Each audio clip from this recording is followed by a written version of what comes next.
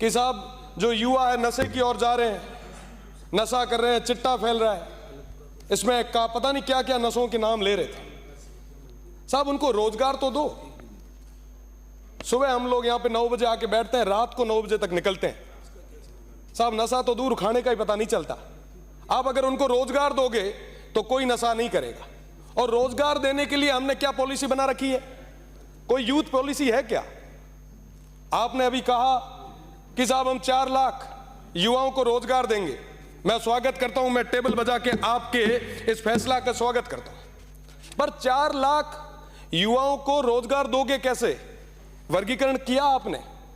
आज के समय में हमारे यहां पे 2.5 करोड़ 2.5 करोड़ के आसपास 18 साल से कम युवा है। 88 लाख तो पहले से ही बैठे हैं और आने वाले 5 साल में 70 लाख की एक भीड़ और तैयार हो जाएगी। 1.5 करोड़ जो बेरोजगार होंगे, उन 1.5 करोड़ में 4 लाख नौकरी। क्या ये ठीक है? कया करे कि साहब ऊंट रे मांडम जीरे वाली स्थिति हो जाए। हमें नए संसाधन डेवलप करने पड़ेंगे हर क्षेत्र में। उसके लिए हमें सभी को मिलकर काम करना पड़ेगा।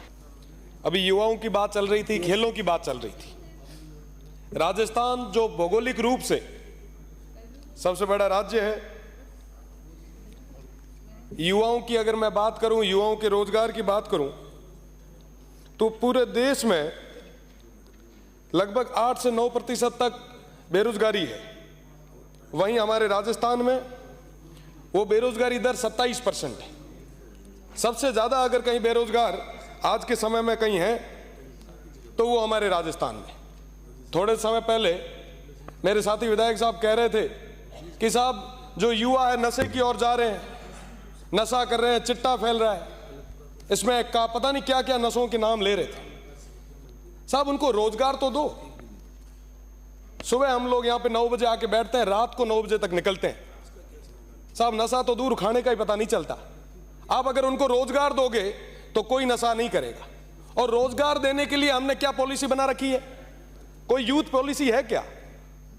आपने अभी कहा कि साहब हम 4 लाख युवाओं को रोजगार देंगे। मैं स्वागत करता हूं, मैं टेबल बजा के आपके इस फैसला का स्वागत करता हूं। पर 4 लाख युवाओं को रोजगार दोगे कैसे? वर्गीकरण किया आपने? आज के समय में हमारे यहां पे 2.5 करोड़ 2.5 करोड़ के आसपास 18 साल से कम युवा है। 88 लाख तो पहले से ही बैठे हैं और आने वाले 5 साल में 70 लाख की एक भीड़ और तैयार हो जाएगी। 1.5 करोड़ जो बेरोजगार होंगे, उन 1.5 करोड़ में 4 लाख नौकरी। क्या ये ठीक है? कया करे कि साहब ऊंट रे मांडम जीरे वाली स्थिति हो जाए। हमें नए संसाधन डेवलप करने पड़ेंगे हर क्षेत्र में। उसके लिए हमें सभी को मिलकर काम करना पड़ेगा। मेरा निवेदन कि यूथ पॉलिसी बनाई जाए। यूथ पॉलिसी पे हम सब मिलकर काम करते हैं।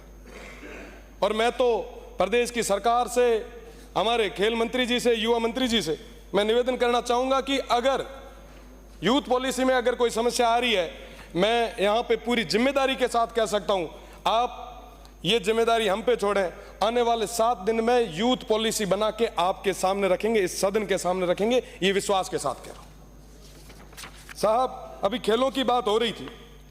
आज से ठीक 3 दिन बाद पेरिस में ओलंपिक गेम हो रहे हैं। हमारे पूरे दुनिया भर से 10,500 खिलाड़ी उस ओलंपिक में भाग लेंगे। सब देश के 117 खिलाड़ी वहां पर भारत का प्रतिनिधित्व करेंगे। उन 117 में से हमारे राजस्थान के कितने हैं? राजस्थान के हैं मात्र 2 लोग। और जो 2 लोग वो जा रहे हैं राजस्थान की तरफ से, राजस्थान गवर्नमेंट ने 1 रुपया उनके प्रशिक्षण के लिए नहीं लगाया। वो खुद के खर्चे से वहां तक पहुंचे हैं। हम बात करते हैं साहब हम खेलों में आगे बढ़ेंगे। कैसे बढ़ेंगे हम आगे? साहब मैं निवेदन करना चाहूंगा कि अभी तक जो खेल परिषद जो यहां पे खेल संचालन का काम करती है, उसके अंदर कुल 41 रजिस्टर्ड गेम है। 50 जिले हैं। अगर एक जिले में 41 लोग लगाए जाए तो लगभग 2050 के आसपास प्रशिक्षकों की हमें जरूरत है।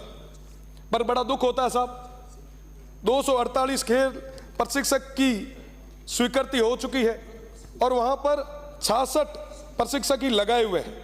लगभग 182 पद खाली पड़े हैं, एक भी अपने पास कोच नहीं है। बहुत गंभीर स्थिति है खेलों की। मैं निवेदन करना चाहूंगा हमारे रजत विजेता कर्नल राज्यवर्धन सिंह जी साहब से, जो कि खेल मंत्री है।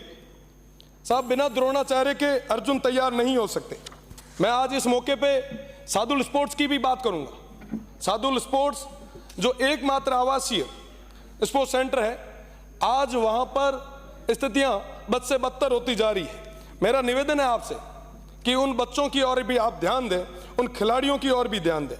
पिछले 16 साल से उन खिलाड़ियों को भोजन भत्ते के रूप में 1 रुपया भी इजाफा नहीं किया गया है। 16 साल में महंगाई तो बढ़ गई, पर आज भी उनका भोजन भत्ता वो वैसा का वैसा है। आप देखेंगे कि साहब 50 डिग्री टेम्परेचर में भी वो खिलाड़ी, वो हमारे छोटे भाई जो आने वाले समय में राजस्थान का, भारत का नाम रोशन करेंगे, वो एक पंखे के नीचे बैठे हैं।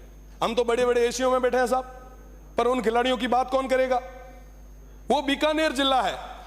खेल मंत्री जी, वो आपका खुद का जिला है। मेरा निवेदन रहेगा कि उस सादुल स्पोर्ट्स की तरफ आप विशेष ध्यान दें।